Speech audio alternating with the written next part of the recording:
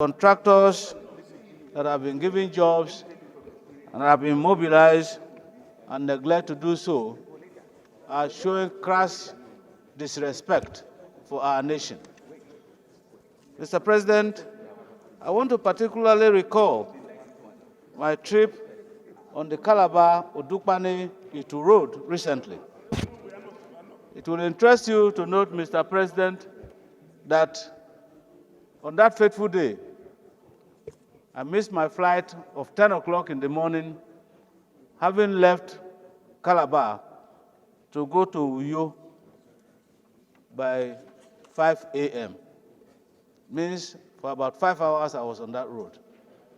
And on that fateful day too, Mr. President, a tanker fell on the road on that very deplorable part, and indigents were scooping the product from the tanker, which has led in the recent past to the death of several Nigerians in many parts of Nigeria. Mr. President, I think there is an imperative need at this point that we take this motion very seriously and urge the relevant agencies of government and the relevant committees of the Senate to collaborate as a matter of national importance to ensure the resolution of this impasse on the part of the contractors and the awarding agencies. Mr. President, we're talking about the Renewed Hope agenda. We're talking about the desire by government to do things for this country. Yet, a few individuals masquerading as contractors, collecting public funds, and not doing the job, are attempting to sabotage the process. I think we must take this matter very seriously. And it is not just Julius Berger. Yes, Julius Berger can be a point of contact for all these other contractors that we're talking about here. But, Mr. President, I can tell you that even in Benue State, an 8-kilometer road that was flagged up in 2018 has remained as it were until this moment that I'm talking to you. The abandoned project of Ogobia Onyangede Ankpa Road has been abandoned for years. But on a very interesting note, I am told that after the collation of abandoned projects, which included that road, that the contractor has mobilized to site. I just hope that he doesn't abandon it again. Mr. President, this is what is reflected in all parts of Nigeria. And so I want to honestly appreciate the person who has moved this motion and to urge my colleagues not only to support it, but to see it as a clarion call to call these people to order in order to salvage this country. Thank you very much, Mr. President. Senator Asuko, you are... My attention, that is your job, Mr. President. Thank you, Mr. President, for the opportunity you have given to me. I was there at Soko in the meeting, and Julius Berger refused to come.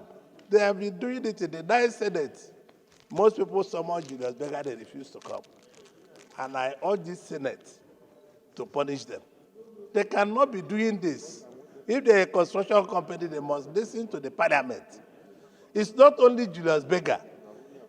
Even some of our ministers are not answerable to the committees. And they will insult our chairman. And they will insult people working in the Senate. You will invite a minister of Federal Republic of Nigeria. Some of them will not listen to the chairman of your committee, Mr. President. And enough is enough. We should query these ministers and ask Mr. President to drop them. How can a chairman of a committee be looking for a minister for 2, 3 days, 4 days, they will not answer phone? So they are doing the same thing Julius Berger is doing. We are protected under Section 28, 88 and 89 of the Constitution as amended, 1999 Constitution. We cannot be taking this. This is a parliament. Unless they want us to be a study area, we become a study area. We are lawmakers, and they should respect this place. It's not only Julius Berger, it's also your ministers and DGs. Many chairmen of parastatal, including some of the federal government parastatal. The chairman have been telling me, I will go for a committee meeting, I expect to see a minister, the minister will not come. And I'm not the chairman, I can't do anything. It's a hard time that any minister, the the parliament must put a performance record for all the ministers. And we must report to the commander-in-chief. Because we are not here for jokes, Mr. President. Please, I want to thank my colleague, Osamgu, for bringing this motion. Because it is annoying that you will send us to do something and we'll be looking for a minister. I called one minister throughout yesterday because I had a meeting and message from my committee. That minister have not answered to you now. Just now I'm talking, I saw his missed call for 24 hours. Is that right? That is not good, Mr. President. We have to use our powers. Thank you, Mr. President, for giving me this opportunity to voice how I feel this morning. I feel like fighting, but I can't fight. Thank you very much, Mr. President.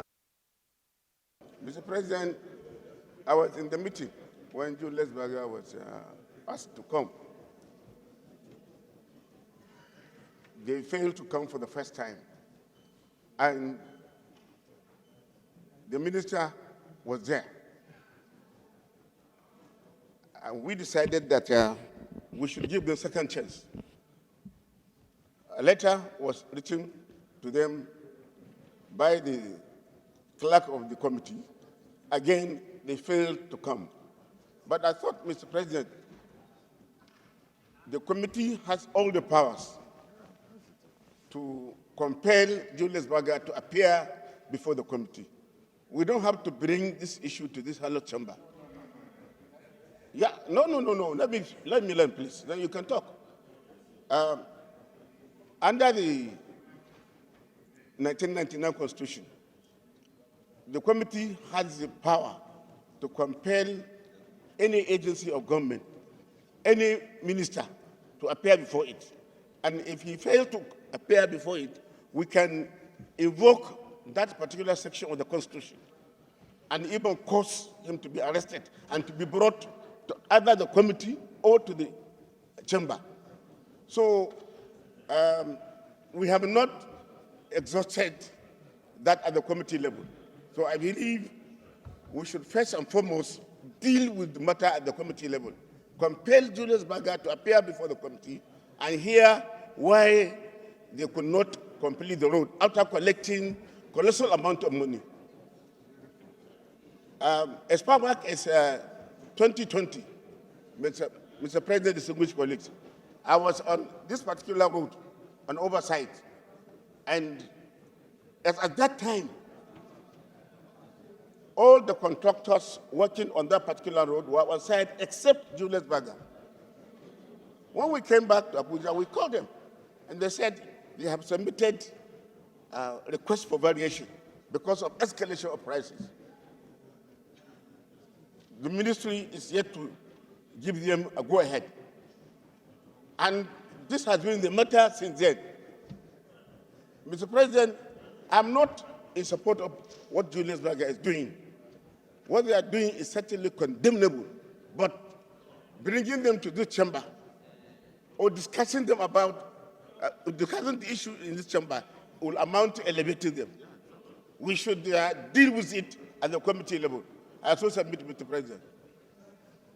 I think before we proceed here, which all of us know here, every person that has been within the... Well, I'll give you the chance to speak. I'll give you. Normally, if a committee summons any person or entity to come for a committee hearing, and that entity does not send a representative or do not appear in any way, the normal thing is to report to the presiding officer, and then warrant will be issued. Well, before that, even there will be some communication. Come. Thereafter, there will be issue of warrant to compel that person to come.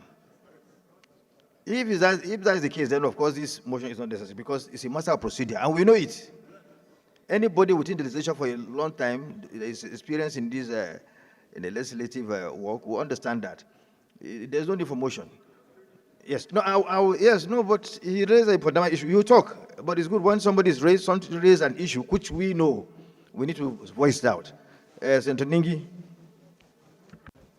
My name is Senator Abdul Ningi, and I represent Bauchi Central of Bauchi State. Mr. President, let me begin with the issue of procedure. The committees, of course, derive their powers from the Senate standing rules.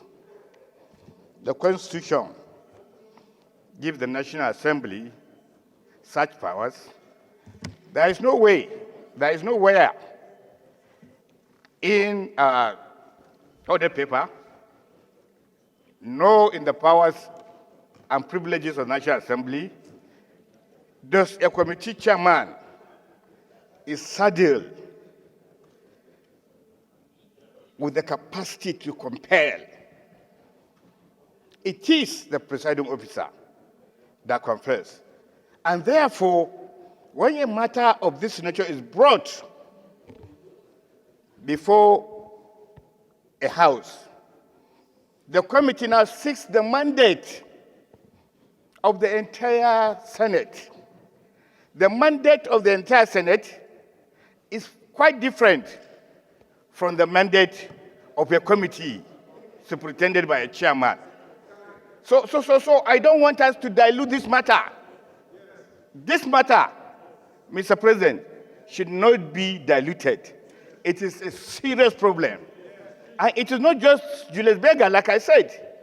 Most of the committees have been having a running battle with agencies, MDAs, because they don't think this National Assembly is so serious. I don't know how we arrived at this particular situation. I was a committee member. I was at the hearing, and I raised this particular matter, whereby a committee, a competent committee, will send an invitation. Sometimes even permanent secretaries will not come. Sometimes the ministers will not come. Sometimes they send far inferior officers. And they come, and our hands are so tight. Mr. President, this is an independent legislature. This is not a subsection of the presidency. The National Assembly is an independent body. Look at Section 4 of powers and privileges of the National Assembly. And they can make laws on anything, over anything, at every given time. And therefore, I summon anybody, whether you are in government, whether you are not in government, whether you are a businessman, and here we are saddled with a very unfortunate malady. Ask any committee chairman whether he's not having issues with attendance of head of NDS or ministries. But somehow, because of the Nigerian factor, you try to compel, you try to use their power. People who come from all sorts of directions.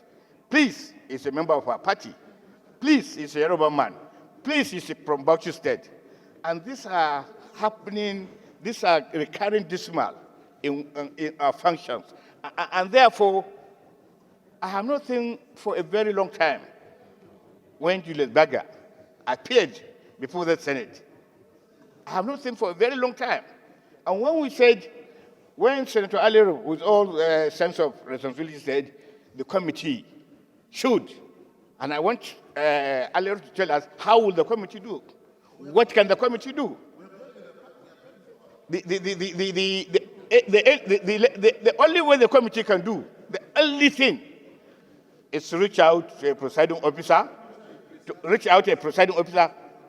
and compel. But here, the committee is not actually asking the buy-in of a presiding officer. Mr. President, the committee is not asking for a buy-in of presiding officer.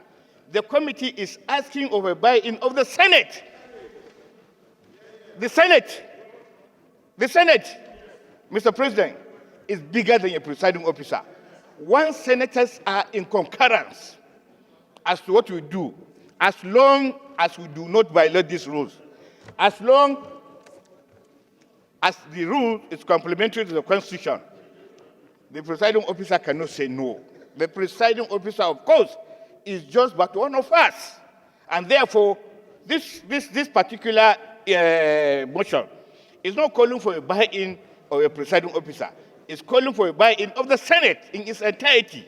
And therefore, the question is whether or not the Senate agrees with the resolution and the fact of the matter.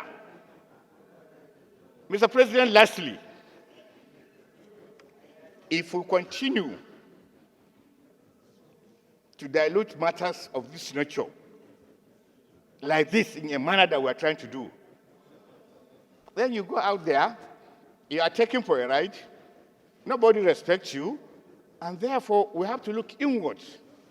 Why are we getting some of this expectation? Why are we not getting the required attention from MDS? Is it about the institution? Is it about individuals? Is it about our processes? Then we need to sit down as a House, as a Senate, to reflect going forward what we need to do. But so far, the impression out there is that anybody can refuse to come and nothing happens. And that is the fact of the matter. Thank you, Mr. President. A lot has been said on this matter, and a lot of sentiments and emotions have been evoked. We can see that there's clear anger at the clearly uncooperative attitude of a contractor. What I'm saying should not be construed to mean a support of that. I want to align myself respectfully, even though I agree with the sentiments and emotions and some of the reasons given. I want to respectfully align myself with the position earlier canvassed by Senator Alero in terms of procedures. Let me begin by saying that with the concerns we are now hearing about even officials of the executive arm not honoring invitations and summons, there are so many reasons we can't disclose fully here about what has to be done differently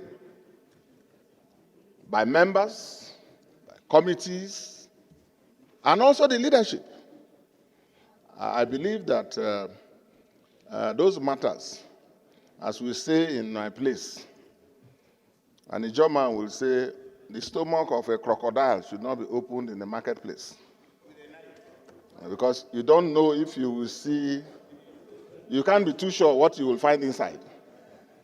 So I will respectfully suggest that when we have an executive session, properly convened, at the right time, we can examine all those issues that have to do with conduct, that have to do with standards, and so on, by members, by committees, by chairmen, and by the leadership.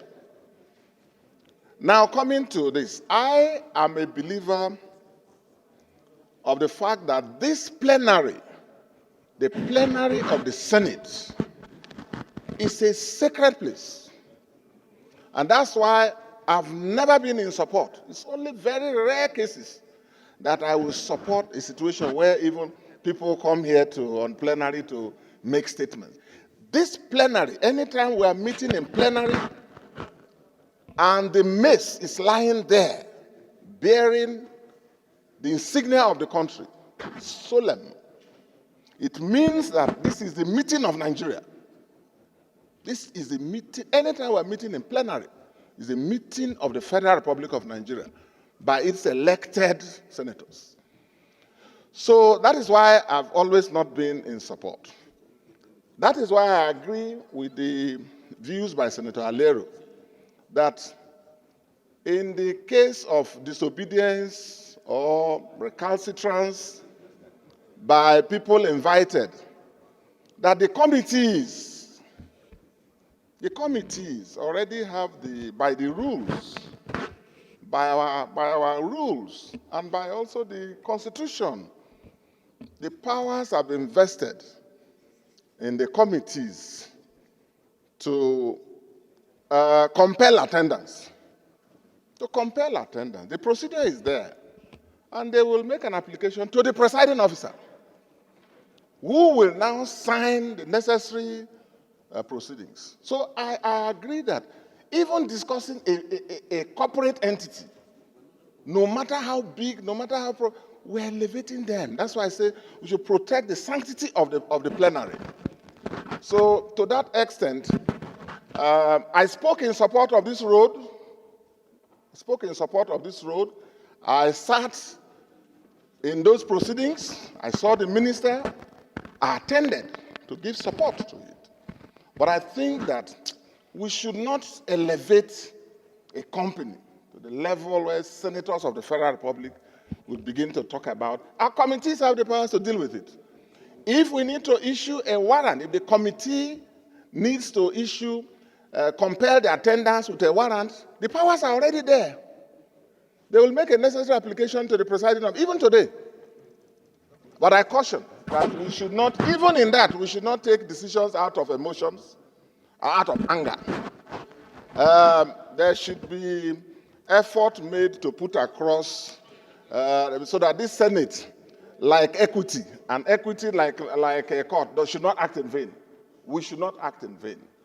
Where a company, no matter how big, will now come and begin to, no.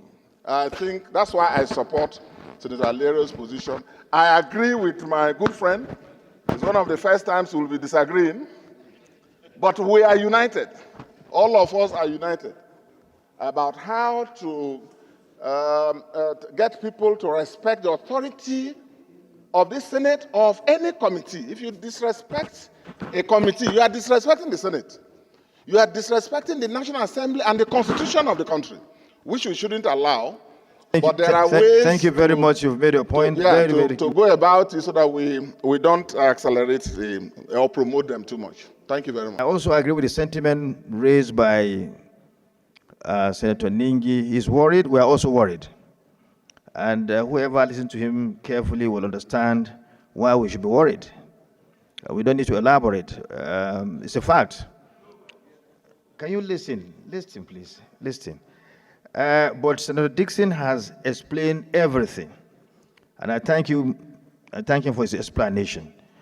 I want to refer the Senate to Section 89 of our Constitution, which reads as follows. For the purpose of any investigation under Section 88 of this Constitution, and subject to the provisions thereof, the Senate or the House of Representatives or a committee appointed in accordance with Section 62 of this Constitution shall have the power. Now I go to where this matter is really taken care of. To summon any person in Nigeria to give evidence at any place or to produce any document or other thing in his possession or under his control, subject to all just exceptions. And D, to issue a warrant to compel, even a committee has the power to issue a warrant. Even the committee. To issue a warrant to compel the attendance of any person who, after having been summoned to attend, fails, refuses, or neglects to do so, and does not excuse such failure, refusal, or neglect to the satisfaction of the House, to the House or the committees in question. Your committee in question, and to order him to pay all costs which may have been occasioned in compelling his attendance or by reason of his failure, refusal, or neglect to obey the summons, and also to impose such fine as may be prescribed for any failure, refusal, or neglect, and may and any fine so imposed shall be recoverable in the same manner as a fine imposed by a court of law. So this matter is very simple. Very simple. Excuse me, please. We are talking about the Constitution. This is ground norm. So the issue is this. Senator Dixon has explained all these things. I understand the worry expressed by my colleague, even in the House of Reps, when we were the first, in the first report, to issue a warrant to compel someone. I'm sure he can remember. We were the first to compel someone to. We did that. At that time, I think the Constitution was not amended. I think the committee did not have the power, or we didn't see that power given to the committee. Now, you don't even need to come to the presiding officer because the committee is empowered to do so. So this matter will have been dealt with by the committee. And as said by, you have said it all, Senator Dixon, this place is revered. Issues like this should be taken care of in the committee. This is a fact. No, we need to say it. We will say, but I'm the presiding officer, and when there's a look, this is the ground norm. So for that reason, Senator Dixon has captured the matter in the manner that it should be captured. Any other thing now is just to add to our debate. I'm the chief interpreter of our constitution here, or the rules. So, and I'm so interpreted. So, but I will give you a chance to say what you want to say. A summon. No, but it's good. A summon or a warrant issued under this section 89(2). 89(2).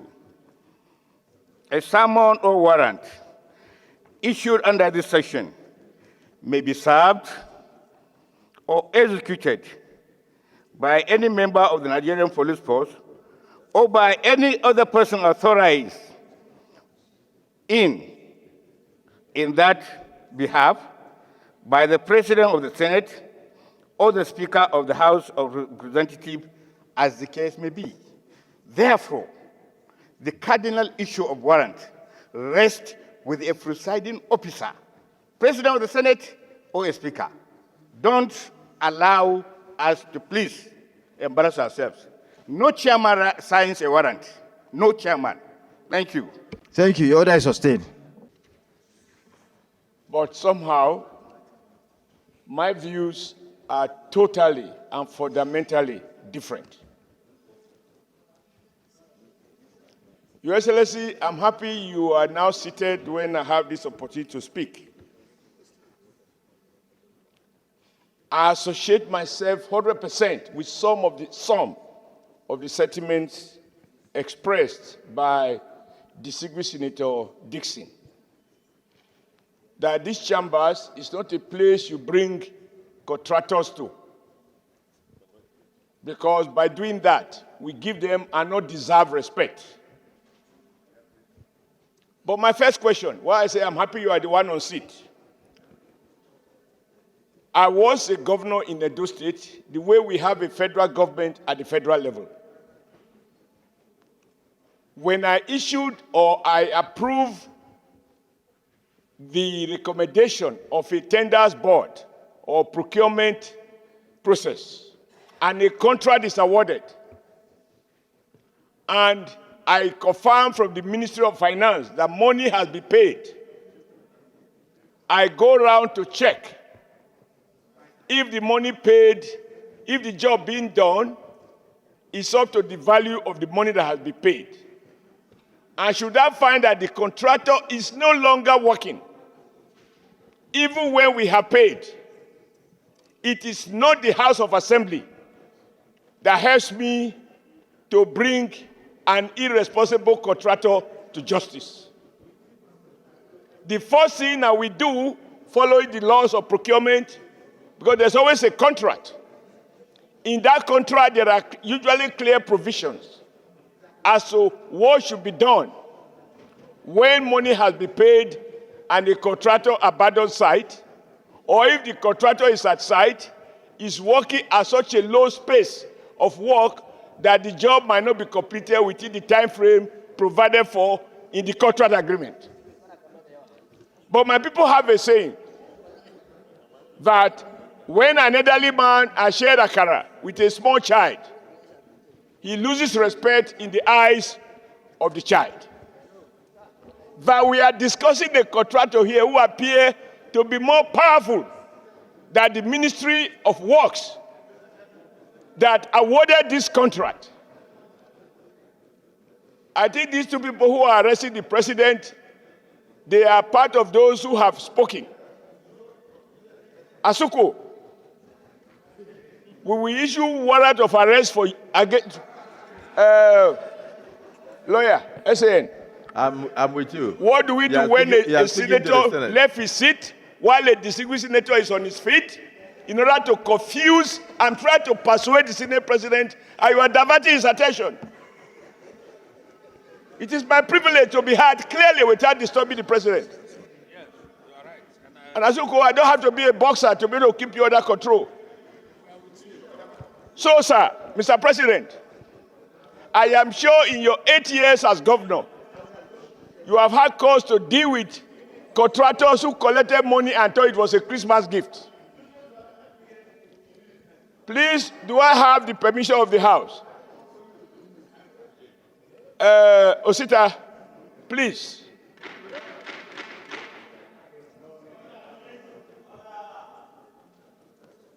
So, sir, my first question.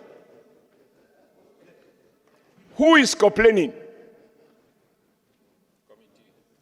Is it the committee that awarded the contract? Is the minister complaining? If the minister is not complaining or is pretending to complain, should we not make exactly the same anger on the minister as well as his agent, the contractor? When a man who gives you a job can no longer call you to order, there are questions to be asked, and there are hard answers that must be provided. The man who gives contract cannot be helpless unless he compromises his powers. So the anger of my brother, distinguished Senator Orji, should be directed at the Federal Ministry of Works. And like somebody said, even petty contractors collect money and walk away. And there are no consequences. And I want to ask for those of us who have had the privilege to give jobs, even in our personal capacity, when you pay your contractor with evidence and you have agreement that says once you pay a job is done, if the contractor doesn't do it, why are you not invoking those sections not only to terminate, but to use law enforcement? Because this is not a civil matter, it's a contractual obligation that can have a criminal implication. And then get the security information agencies to recover the portion of the money that has been paid and for which no job has been done. For the committee to now be the one chasing a contractor and the federal ministry seems to be indifferent, suggests that we are directing our anger not to the source of the problem, but to the consequences arising from official neglect by those who are empowered to enforce contract agreement. I therefore submit, sir, with profound respect, that the Honorable Minister of Works is as implicated as any other person. Because in the first instance, he is the one representing the executive in awarding this contract. He has a story to tell as to why his contractor has become more powerful than him. Until we do that, I think we are being misled into chasing the contractor. Who is this contractor that is so powerful? More than the federal government, more than EFCC, more than all the agencies that are put in place to deal with people who are involved in criminal embezzlement of public funds. So I submit, sir, that everything we have said of Julius Berger, we should say even more to the Ministry of Works that awarded the contract. There is no evidence they have the power to revoke the contract, and they have the power under the law to get that part of the payment for which they have not worked, to recover that money to public treasury and award the contract to another contractor other clear terms of contract execution. Thank you. So let us not shy away from the root cause of the problem. May we not engage anyone that is beyond our capacity to bring under control. Don't hire who you cannot fire. Thank you. Thank you, sir. Well, let me